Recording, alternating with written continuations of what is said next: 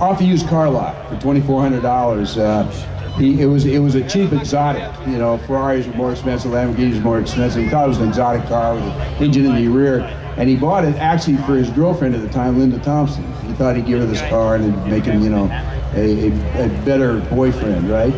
And the iconic part about this car is it was owned by Elvis Presley, and that's all documented. But he had an argument with Linda, and he went out and took the car back, and he got in it to drive it off, and it wouldn't start. And he took his pistol out and shot it 3 times. And the bullet holes are still in the steering wheel. So it's hard to hit a steering wheel. It still wouldn't start. After he shot it, it still didn't start. But that's the thing about the car. Owned by Elvis, shot by Elvis, and it still has a hard time starting once in a while. Well, thank you for bringing this car here and being a part of Concorso Italiano. This is a great event, Keith, and I'm glad they got this new venue, and it's just wonderful. We're having a great time. How about a round of applause for this golf course here? Isn't it nice to be here? Great setting, all these beautiful cars. Dick, thank you. Enjoy the rest of the day. Now, you're not going to shoot this again if it won't start, will you?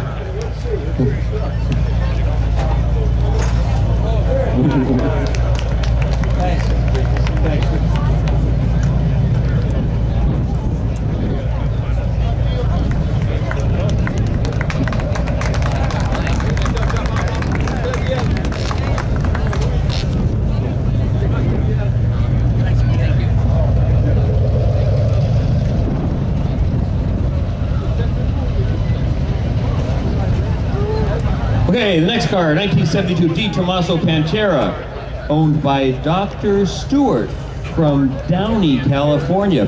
Now, we didn't get a chance to talk about the hybrid nature of the... Now, we saw the Fisker, which is a hybrid car, but this, too, is a hybrid car. Can you tell us about that? Yeah, it's a 351 Cleveland, of course, American Ford car, engine, and it's an Italian car. Really good car. Very nice.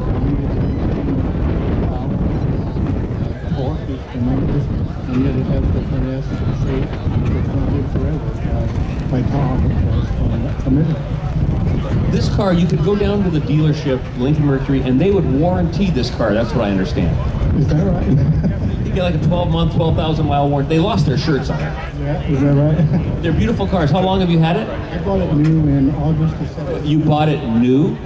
I also have a 73 GTS that I bought. Okay, so now tell me, so you walked into the dealership. Well, I walked into the dealership, and there were some guys that I knew that were looking at cars, and caught my eye, and the guy with me, Bill Mason, a test driver, said, "How would you like a ride?" He took me over Signal Hill at 120 miles an hour, come down, made a turn that I couldn't believe he made it, and I said, "Take me back, I could write a check." Did you buy that very car? This is it. It was yellow at the time. You know, there aren't many original owners of cars here today. Congratulations for keeping this car all those years. Thank you. I'll never part with it. I bet it's given you a lot of good miles. Yeah, sure has. Can you tell me the most exciting moment you've had in this car that you can talk about in public? Well, when they changed the speed limit to 55, I think it was right after December after 72, I went to Las Vegas for New Year's Eve, and we suffered through 5 speeding tickets coming back, and none of them were over 62 miles an hour. They were watching for us, but that was exciting. We've got a little present for you here. Congratulations, original owner Di Tommaso Pantera, Olivia, Dr. Stewart from Downey, California. Beautiful car. Do you use the luggage rack back here? Twice. Okay.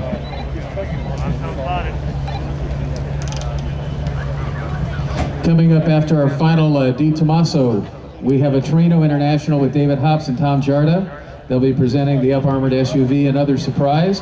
And then following that, our final Mark